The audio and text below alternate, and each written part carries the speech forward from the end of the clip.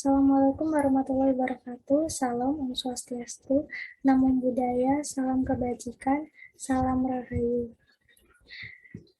Kepada yang terhormat Bapak Purbojati selaku dosen pengampu Pendidikan Pancasila dan teman-teman yang saya hormati dan saya cintai.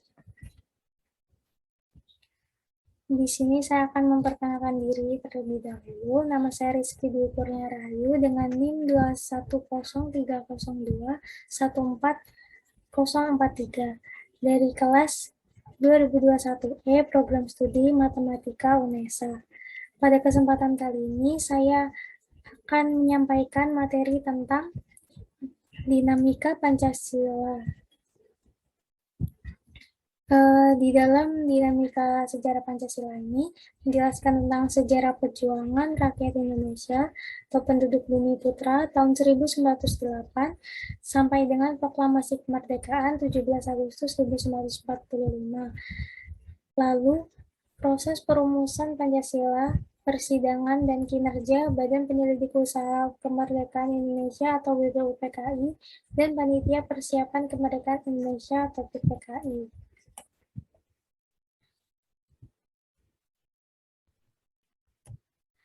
Perjuangan perlawanan organisasi-organisasi nasional tahun 1908 sampai dengan pasca proklamasi kemerdekaan 17 Agustus tahun 1945. Setelah abad ke-20 atau yang dikenal sebagai masa pergerakan nasional, bangsa Indonesia tidak lagi berjuang menggunakan senjata tradisional dan bersifat kedaerahan, tapi berjuang menggunakan organisasi yang bersifat modern, karena perlawanan yang dilakukan dulu selalu gagal dan dapat diberantas penjajah. Belajar dari pengalaman kegagalan berlawanan masa lalu, akhirnya bentuk perjuangan diubah melalui organisasi dan diplomasi, di mana organisasi-organisasi yang dibentuk itu dipimpin para tokoh terpelajar. Dengan perjuangan tersebut mampu menyatukan jiwa dan raga untuk melawan serta mengusir penjajah.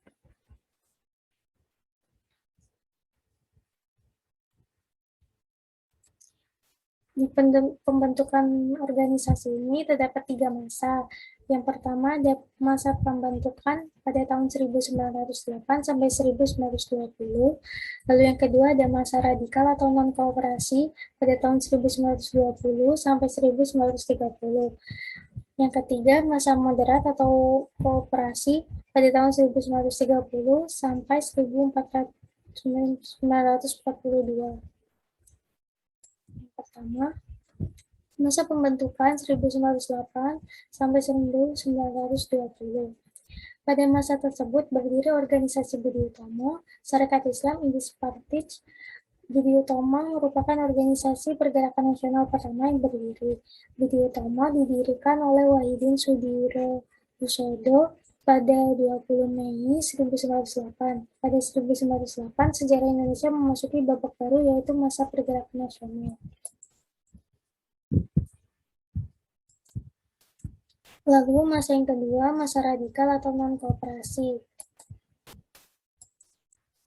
Pada masa tersebut berdiri beberapa organisasi, yakni Partai Komunis Indonesia, Partai Perhimpunan Indonesia, dan Partai Nasional Indonesia. Masa ketiga yaitu masa moderat atau kooperasi.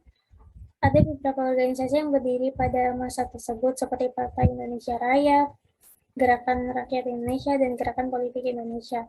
Budi Utomo merupakan organisasi pergerakan nasional pertama yang berdiri oleh Wahidin Sudirohusodo pada 20 Mei 1908. Pada buku The Idea of Indonesia tahun 2008 karya Robert Edward Elson, Budi Utomo sebagai organisasi pelajar merumuskan tujuannya untuk memajukan tanah Hindia. Untuk jangkauan awal terbatas hanya di Pulau Jawa dan Madura. Budi Utomo menimbang-nimbang gagasan membantu pembangunan Hindia Belanda secara keseluruhan itu dilakukan supaya Hindia Belanda bisa lebih maju dan rakyatnya bersatu. Tapi akhirnya mengesampingkan gagasan tersebut. Budi Utomo tidak terlibat dalam kegiatan politik. Bidang yang menjadi sasaran adalah pendidikan dan kebudayaan. Perlawanan pasukan pembela tanah air PETA oleh Sodanco Supriyadi di Blitar. Tindakan Jepang yang menyengsarakan rakyat Indonesia selama pendudukan memicu rakyat melakukan perlawanan. Pembela tanah air atau PETA berada di bawah kendali pemerintah militer Jepang bahkan ikut memberontak. Ini disebabkan karena perwira PETA kerap direndahkan oleh Jepang. Para shidokan yang melatih mereka bersifat congkak dan sombong. Mereka juga tak tahan melihat Romusa dan pemerasan yang dilakukan Jepang. Salah satu perlawanan PETA terjadi di Daidan, Blitar. Daidan Blitar dibentuk pada 25 Desember 1943. Pemimpinnya adalah Sudarso Supriyadi. Saat itu Supriyadi dikenal sebagai pemrakarsa pemberontakan terhadap kekuasaan pemerintahan Jepang. Di pemberontakan PETA ini ada tiga masa. Yang pertama, tak tahan melihat Romusa. Pemberontakan dipicu kejadian usai latihan militer. Sore itu, anggota Daidan Blitar baru pulang latihan. Tiba-tiba mereka mendengar cerita para petani. Petani di pasar menjual padinya kepada Kumiai, organisasi pembeli padi, melebihi jatah yang telah ditentukan.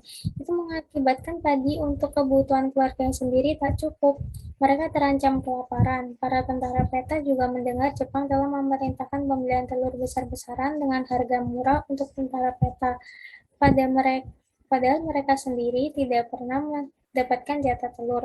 Kekecewaan tentara PETA makin menjadi-jadi ketika mereka ditugasi mengawas pekerjaan para Romusa membangun kubu di pantai selatan. Sejak dini hari, para Romusa dipaksa bekerja berat hingga sore, tanpa makan dan tanpa upah. Makanan dan bantuan kesehatan sangat minim, sehingga separuh dari mereka jatuh sakit dan meninggal dalam waktu singkat. Pada akhir 1944, sejumlah penduduk laki-laki di desa sekitar mereka berkurang sehingga sebagai gantinya dikerahkan pemuda perempuan. Para perempuan pun mengalami penyiksaan dan menjadi korban. Jumlah korban pemuda perempuan lebih banyak dari Romusa laki-laki. Penderitaan rakyat memunculkan rasa nasionalisme dan keprihatinan dari para tentara PETA Blitar.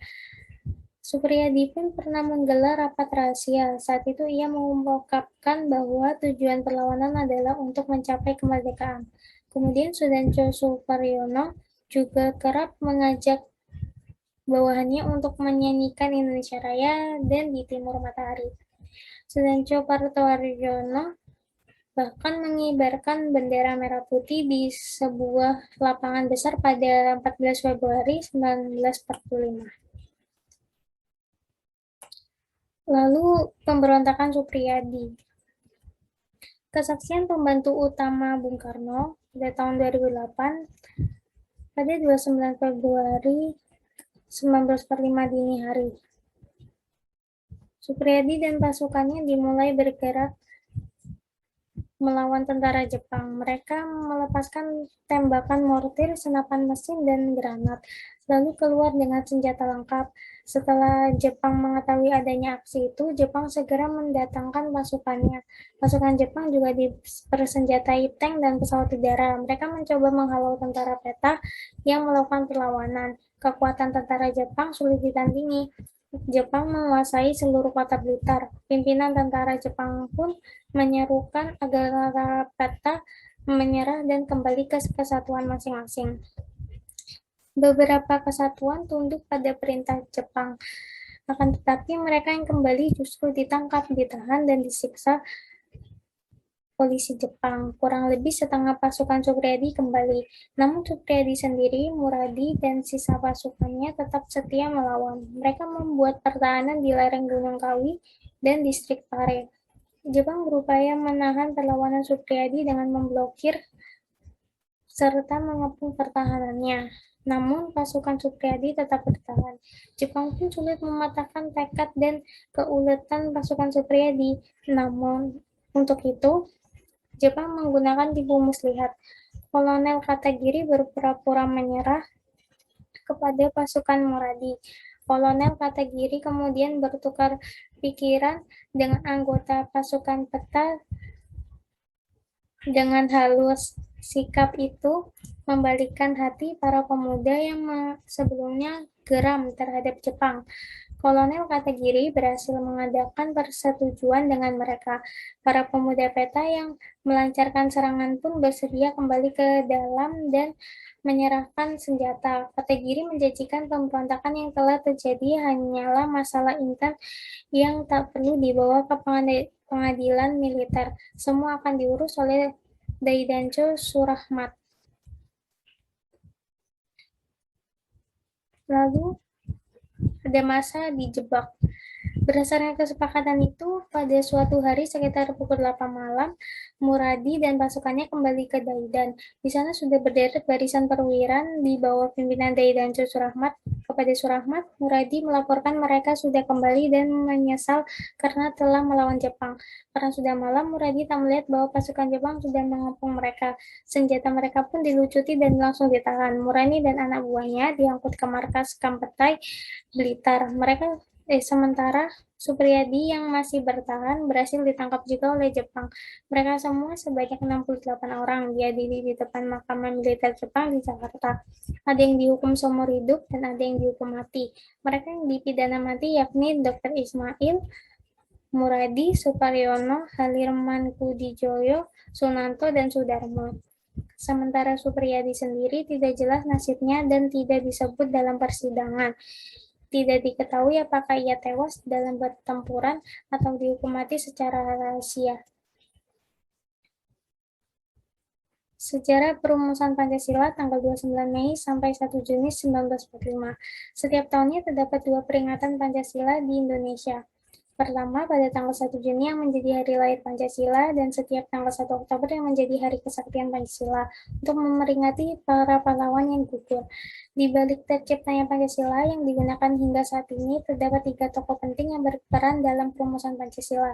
Dilansir dari buku Pancasila sebagai Ideologi dan Dasar Negara, tahun 2012, karya Tonto, Pancasila adalah 5 dasar yang dijadikan perjanjian luhur dan disepakati oleh pendiri bangsa Indonesia. Secara etimologis, Pancasila berasal dari bahasa Sanskerta, panca artinya 5, dan sila berarti batu sendi atau kelas dasar.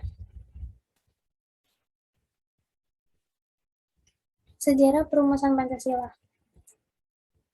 Tokoh yang merumuskan Pancasila yang pertama ada Muhammad Yamin. Muhammad Yamin memberikan 5 hal untuk bisa dijadikan dasar negara. Pertama, diajukan secara lisan pada tanggal 29 Mei 1945 yang berisi 1. Peri kebangsaan, 2. Peri kemanusiaan, 3. Peri ketuhanan, 4. Peri kerakyatan kesejahteraan rakyat. Kemudian hal tersebut berubah saat Muhammad Yamin menyampaikan rumusan dasar negara yang diajukan secara tertulis, yaitu 1. Ketuhanan yang Maha Esa, 2. Kebangsaan Persatuan Indonesia, 3. Rasa kemanusiaan yang adil dan beradab, 4. Kerakyatan yang dipimpin oleh hikmah kebijaksanaan dalam permusyawaratan perwakilan, 5. Keadilan sosial bagi seluruh rakyat Indonesia. Lalu tokoh yang kedua ada Supomo. Usulan untuk perumusan Pancasila diungkapkan Supomo dalam pidatonya di sidang BPUPKI yang digelar pada 31 Mei 1945. Supomo memberikan 5 rumusan untuk dijadikan dasar negara, yaitu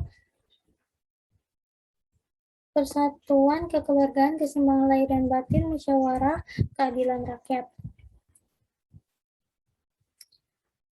Lalu tokoh yang ketiga ada Soekarno. Dalam pidatonya di sidang BPUPKI tanggal 1 Juni 1945, Soekarno menyampaikan pidato yang berisi gagasan mengenai dasar negara yang terdiri dari 5 butir gagasan.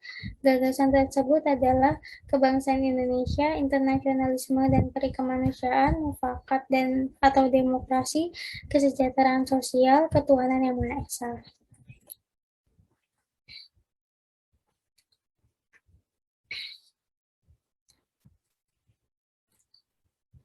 Lalu pasca diterimanya rumusan Pancasila, ini dokumen penetapannya.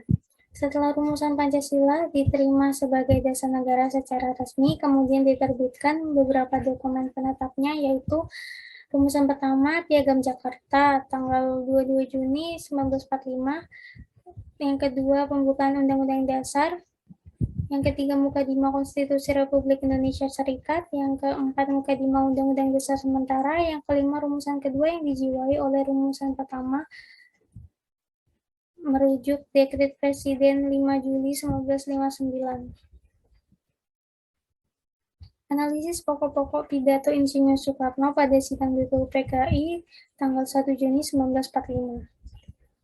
Pada 1 Juni 1945, Soekarno menyampaikan pidatonya yang bersejarah dalam rapat besar Badan Penyelidik Usaha-Usaha Persiapan Kemerdekaan Indonesia atau BPUPKI. Pidato ini mendapatkan sambutan luar biasa dan akhirnya menjadi cikal bakal lahirnya Pancasila yang disepakati bersama menjadi dasar negara. Dia menjelaskan panjang lebar soal perlunya Indonesia memiliki sebuah pedoman hidup berbangsa dan bernegara. Seperti yang dimiliki negara lain setelah merdeka, ada 5 butir konsep yang ditawarkan Bung Karno saat itu, yakni kebangsaan Indonesia, internasionalisme atau perkemanusiaan, mufakat atau demokrasi, kesejahteraan sosial, dan ketuhanan yang esa. Pokok-pokok pidato Insinyur Soekarno ada 3. Yang pertama, kemerdekaan Indonesia. Bung Karno memaparkan pada awal pidato bahwa Indonesia haruslah merdeka terlebih dahulu, sebelum memperbaiki detail-detail kemerdekaan. Dalam rapat Dukuri Susumbi Kosakai atau BPUPKI ada kehendak untuk mengurus segala detail mencapai kemerdekaan sebelum akhirnya Indonesia benar-benar merdeka. Bung Karno memiliki pandangan berbeda. Menurut beliau, kemerdekaan merupakan jembatan emas yang di seberangnya akan dimerdekakan setiap individu dari bangsa Indonesia. Yang kedua, arti kemerdekaan. Bung Karno mengatakan beberapa hal yang penting bahwa sebuah kemerdekaan akan benar-benar tercapai apabila di dalam diri setiap individu hatinya sudah merdeka. Sebuah bangsa berada pada lingkungan geopolitik tertentu, berasal dari ujung Sumatera hingga Irian. Apabila hanya didasarkan pada kesamaan nasib dan kehendak bersatu, maka yang terjadi hanya persatuan di dalam suku bangsa, seperti suku Minangkabau, suku Pasundan, dan lain-lain. Lalu yang ketiga, pencetusan Trisila. Bung Karno mengatakan apabila 5 sila ini dirasa berat dan kurang sesuai di hati, maka dapat diperas menjadi Trisila, yakni sosionasionalisme berasal dari perasan sila 1 dan 2, yakni kebangsaan dan internasionalisme berkemanusiaan. Kita harus selesai dahulu dengan urusan kebangsaan Indonesia. Bangsa Indonesia haruslah berdiri tegak dan bersatu dalam sebuah geopolitik. Sosiodemokrasinya hanya dapat dikembangkan di atas sosionasionalisme. Sosiodemokrasi berasal dari perasan sila 3 dan 4, yakni mufakat dan kesejahteraan sosial. Kesatuan dari mufakat dan kesejahteraan sosial diperas menjadi sosiodemokrasi. Sebuah kesejahteraan sosial hendaknya dibangun atas dasar mufakat. Yang ketiga, ketuhanan. Bung Karno kembali mengungkapkan bahwa apabila Trisila tidak begitu pas di hati, maka dapat diperas kembali yang menjadi ekasila, yakni gotong royong. Di dalam gotong royong tersebut ada interaksi antara suku, bangsa, dan kuatnya prinsip-prinsip kepentingan umum dibandingkan dengan kepentingan golongan yang keluar dari proses musyawarah mufakat. Lintasan sejarah perjuangan dibentuknya BPUPKI dan PPKI. Proses perumusan dan pengesahan Pancasila dimulai sejak Indonesia masih dijajah oleh Jepang. Terlihat dalam sidang Badan Penyelidik. Latar belakang dibentuknya Badan Penyelidik, Jepang menderita kekalahan, tekanan, dan serangan dari pihak sekutu. Adanya tuntutan dan desakan dari para pemimpin bangsa kepada bala tentara Jepang agar segera memerdekakan Indonesia atau setidaknya diambil tindakan. Pada tanggal 7 September 1944, Jepang mengeluarkan janji kemerdekaan Indonesia di kemudian hari yang direncanakan pada tanggal 24 Agustus 1945. Lintas sejarah pembentukan BPUPKI. Pertama, pembentukan BPUPKI. Pengumuman janji kemerdekaan oleh Perdana Menteri Kaiso pada tanggal 7 September 1944, the Japanese Empire Territory announced the future independence of all Indonesian people. Artinya, kekaisaran Jepang dengan ini mengumumkan kemerdekaan pada masa yang akan datang bagi segenap bangsa Indonesia. Menyusul kekalahan dari sekutu, Kaisar Jepang Tenno Haika pada tanggal 29 April 1945 berjanji memberi hadiah kepada Indonesia, yaitu kemerdekaan tanpa syarat. Janji ini disampaikan seminggu sebelum pemerintah Jepang menyerah dengan maklumat Bunseikan atau pembesar tinggi sipil pemerintah militer Jepang di Jawa Madura. Dengan maklumat Gunseikan tanggal 29 April 1945, secara resmi dibentuk suatu Badan Penyelidik Usaha-Usaha Persiapan Kemerdekaan Indonesia atau BPUPKI dalam bahasa Jepang disebut Dokuritsu Zumbi Kosakai. Yang kedua, pembentukan PPKI. PPKI dibentuk tanggal 9 Agustus 1945. PPKI adalah badan bentukan pemerintahan Jepang, tetapi bukan alat pemerintahan Jepang sebab PPKI bekerja sesudah Jepang tidak berkuasa lagi. PPKI bekerja atas dasar keyakinan, pemikiran, dan caranya sendiri untuk mencapai kemerdekaan Indonesia merdeka. PPKI merupakan suatu badan perwujudan atau perwakilan rakyat Indonesia. Dalam rangka membentuk PPKI, Insinyur Soekarno, Dr. Andes Muhammad Hatta, Dr. Rajiman berangkat ke Saigon atas panggilan Jenderal Terauchi. Menurut Soekarno, Jenderal Terauchi pada tanggal 9 Agustus 1945 memberikan padanya 3 cap, yaitu 1. Soekarno diangkat sebagai Ketua PPKI, Muhammad Hatta sebagai Wakil Ketua, Rajiman sebagai anggota. Yang kedua, panitia persiapan boleh mulai bekerja tanggal 9 Agustus 1945. 3. Cepat atau tidaknya pekerjaan panitia diserahkan sepenuhnya ke panitia.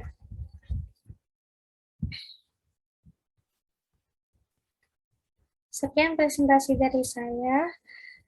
Bila ada yang salah, mohon maaf. Kurang lebihnya, mohon maaf. Wassalamualaikum warahmatullahi wabarakatuh. Salam Swastiastu, Namo Buddhaya, salam kebajikan, salam rahayu. Sekian, terima kasih.